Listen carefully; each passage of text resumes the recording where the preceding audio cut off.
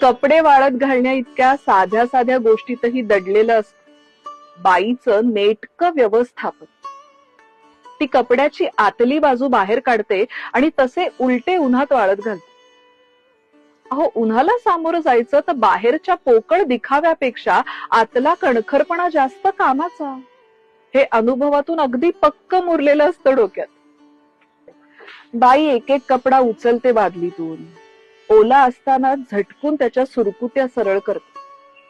अहो, अनावश्यक घटक झटकून घालवणं आणि वेळेतच गोष्टी सरळ करणं तिलाच तर जमतं फक्त.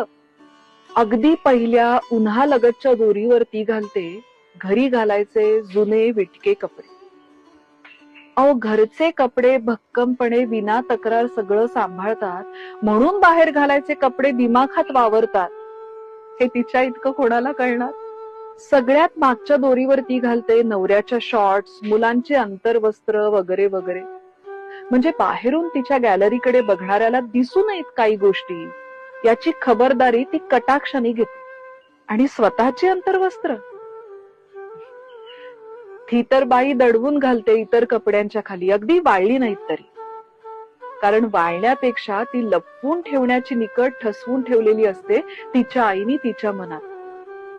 आणि आपल्या मुलीलाही ती तेच सांगणार असते. बाई साधे कपडे वाळत घालताना इतकं सगळं करते आणि तरी कोणी विचारलं तुम्ही काय करता, तर त्याचं उत्तर काही नाही, घरीच असते, असं का देते?